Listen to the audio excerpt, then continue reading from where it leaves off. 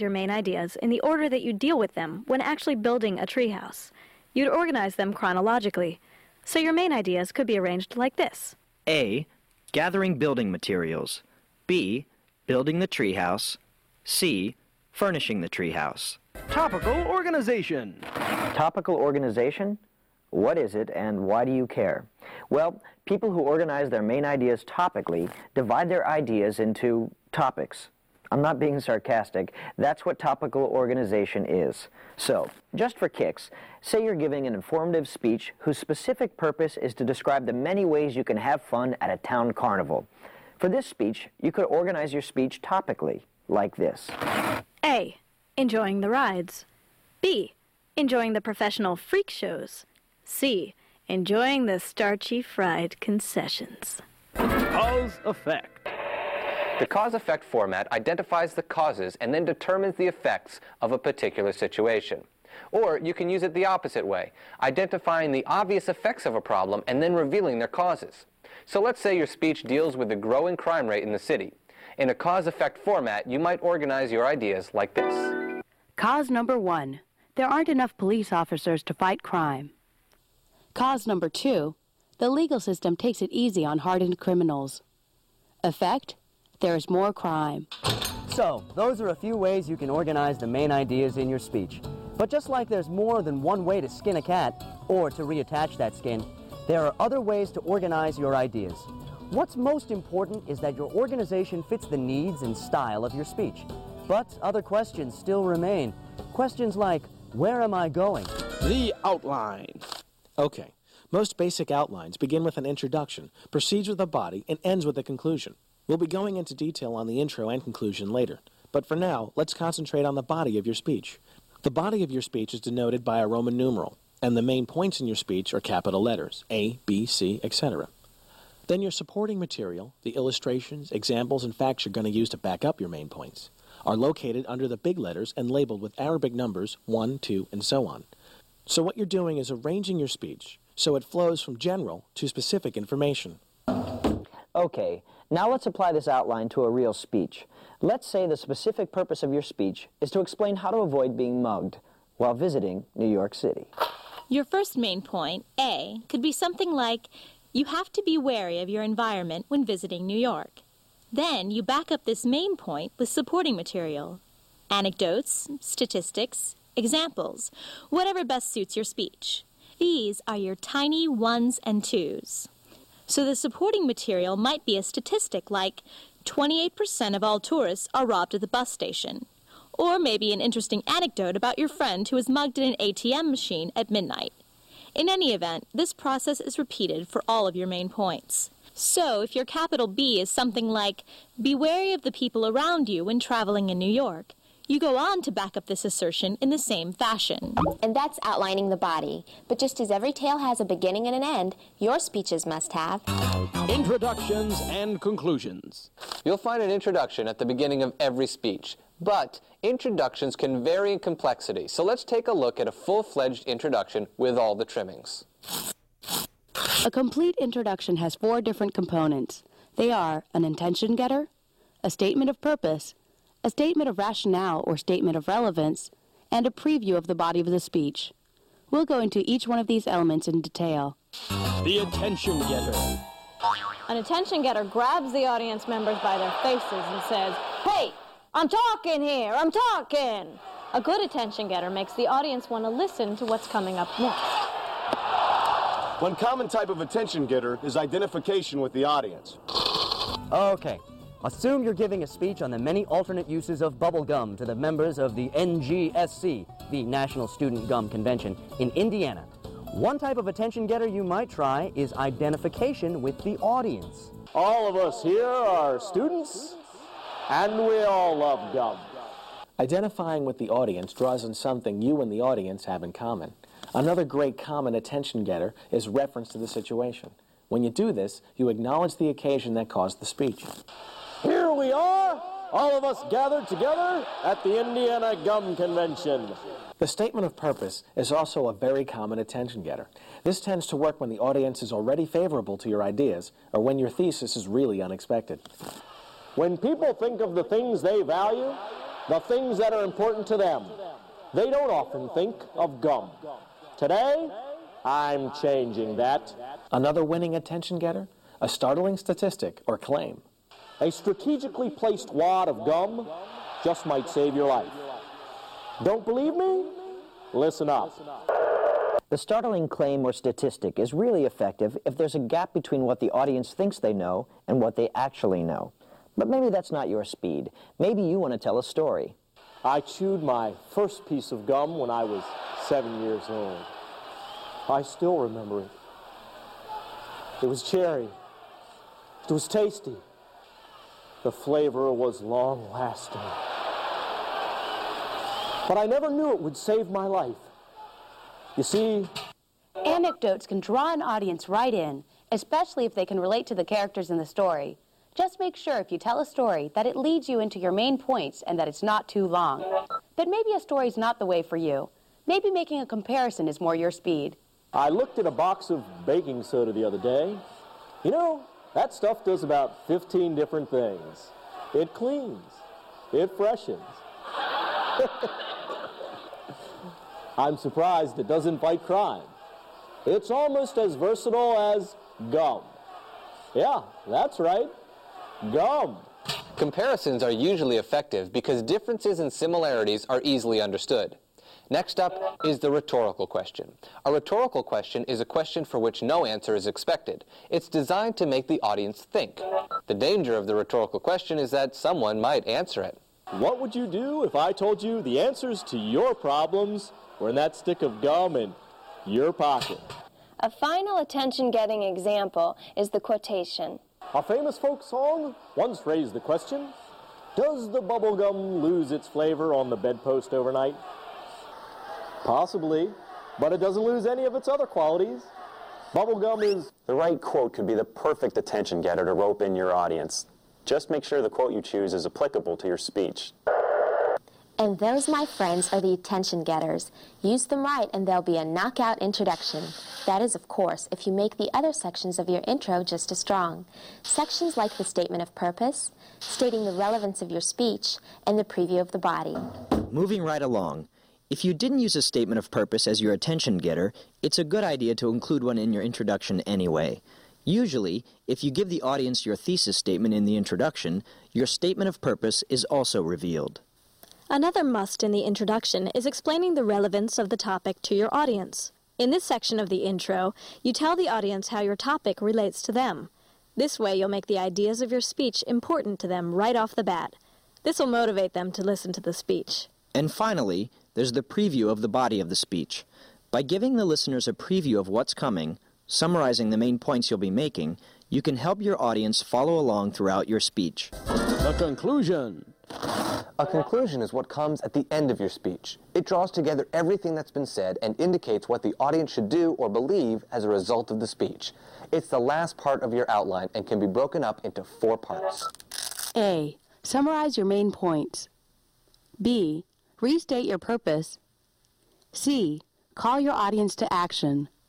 And D. Round off. A simple summary of main points is exactly what it sounds like. Tell them what you told them and be brief.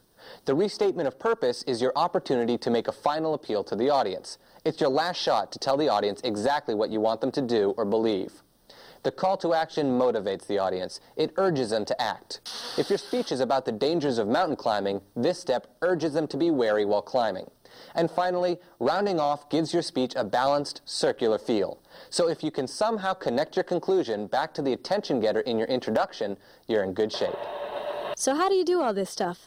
What kind of stuff do you put in the conclusion to make it as effective as possible? Well, a lot of the strategies for introductions can also be used in conclusions. A quotation can always sum up the purpose and topic of the speech with a few memorable lines. So I urge you, take a chance. As my 4th grade Little League coach once said, you can't steal second base and keep 1 foot on first. Challenging the audience is a technique speakers sometimes use in a conclusion. Challenging the audience motivates them to achieve the speech's purpose. And so, the next time you go into the bathroom, make sure to ask the owner of that bathroom, where are the peanuts? And finally, you can always offer up a utopian vision, which emphasizes what could happen if the speaker's challenge to action is met. And if we can accomplish this, if we can convince the powers that be to ban baseball, we'll live in a world free of fear. A world where we don't have to worry about a simple ball changing the course of our lives. Well, that brings us to the end of our discussion on the informative outline. Now, I know what you're thinking. You're thinking, is there more? More to life? More to happiness? More to outlines? Sadly, there's nothing more to life, but there is more to outlines. Outline or persuasion. Now, I take it you're familiar with informative outlines, unless you've just walked into the room, in which case you should buy your own tape. But if you're on the level, sit back and learn about Monroe's motivated sequence, an outline which is often used for the persuasive speech. Monroe's motivated sequence is a pattern of arranging information so as to motivate an audience to respond positively to your purpose. There are 5 steps in the motivated sequence which can be streamlined into an outline. These steps are the attention step, the need step, the satisfaction step, the visualization step, and finally, the action step. These 5 steps exist in a chain. Failure to fulfill any of these steps might send your speech down the drain. Right now, we'll go over each step of Monroe's motivated sequence in detail. Step 1, the attention step. You learned about attention getters when we discussed introductions earlier. Well, the attention step in Monroe's motivated sequence serves the same purpose as an attention getter in a standard informative speech outline. The attention step just may be the most important step in your whole speech. If you want to make your audience feel a certain way, you've got to rope them in early. That's what the attention step does. The purpose of this step is to make the audience give you its undivided attention. This step should make the audience anxious to hear what you have to say, jumping out of their seats even. Johnny Ringo's back in town. Now, how do I know this? Because just the other day I saw him steal a milkshake from a little boy. Just pushed him over and stole it. Now, how long before he steals something from you? Step 2, the need step. The need step demonstrates that a distinct need exists for the audience members. The need may be to know something, to change a certain belief or opinion, or even an institution that needs to be fixed. This is the step where the bulk of your supporting material should be. Your statistics, anecdotes, and facts can all serve to motivate. We need to force Johnny Ringo out of our homes. Every day he robs, pillages, cheats on taxes, kicks our dogs, pollutes our waters, poisons birds, plagiarizes our work, and sets up rigged carnival games in our town square. Now, he is an outlaw in the truest sense of the word, and we got a civic duty to run him out of town. Huh? So the result of this step should be that the audience should feel they need to know something or do something. It's the kick in the butt step. Step 3, the satisfaction step. The satisfaction step presents the answer or solution to the need you demonstrated in step 2. You have to convince the audience that what you're telling them will actually satisfy the need you've brought up. If we want to get rid of Johnny Ringo, we got to band together. We got to form a posse, confront him, and drive him out. Now, just 2 weeks ago, the townspeople of Snake Creek drove out Eddie the Tooth Skaggs. In fact, law enforcement surveys report that 78% of towns that form posses send their outlaws a running. The time to form a posse is now! So, any statistics, illustrations, or other supporting material that makes your solution seem appealing would be right at home in the satisfaction step. Step 4, the visualization step. In the visualization step, you're supposed to intensify the audience's feelings or beliefs. Basically, you get the audience to visualize the way their situation might be if they were to see it your way. But maybe you're scared to form a posse. Maybe you just want to forget about all this, go inside and crawl underneath your bunks. Well, it's tempting, I know. But let's say we forget about all this. Let's say we let Johnny Ringo run free. In a year's time, he'll own this town. No one will be safe. Grandmothers will be afraid to go to church. Kids won't leave their houses for school. Cats will befriend dogs for protection. Now, before you know it, he'll be running for mayor. His campaign slogan, elect Johnny Ringo, or else. And the way things look, he just might win. No! In the visualization step, you take your listeners beyond the present time and place and pose the question of what might be. You can conjure up a positive visualization or, if you prefer, a negative visualization of what might happen if your plan wasn't enacted. Step 5, the action step. This is the final step, the home stretch.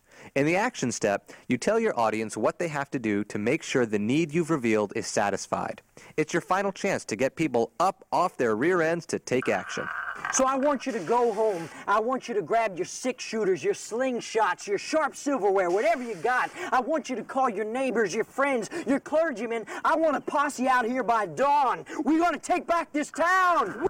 And there you have it, Monroe's motivated sequence. Use these steps so that your speech has the greatest possible impact. Start out with the attention step. We're gathered here today because we don't want our children playing with broken glass in the streets. Move on to the need step. We need to build a juvenile recreation center. Follow up with the satisfaction step. If we can get this center built, we can reduce juvenile crime and juvenile injuries. 60% of the towns that have community centers hit them with the visualization step. And what happens if we don't build this center? They find their kicks elsewhere. Maybe they play with glass in the sandlot. Maybe they throw rocks at cars from the overpass. And finally, round off with the action step. So I ask that you dig deep into your pockets and clear your social calendars. All it'll take is a group effort and a lot of cooperation. Persuade away. Use the steps. Make Monroe proud.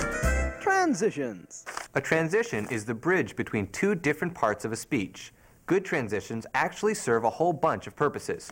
They provide a sense of flow to the speech, and they make it easier for the audience to figure out where you are in the development of your speech. In a good transition, you should always try to briefly summarize what's just been discussed, briefly preview what's coming up next, and provide a link between two ideas. There's certain word combinations that can help you do this.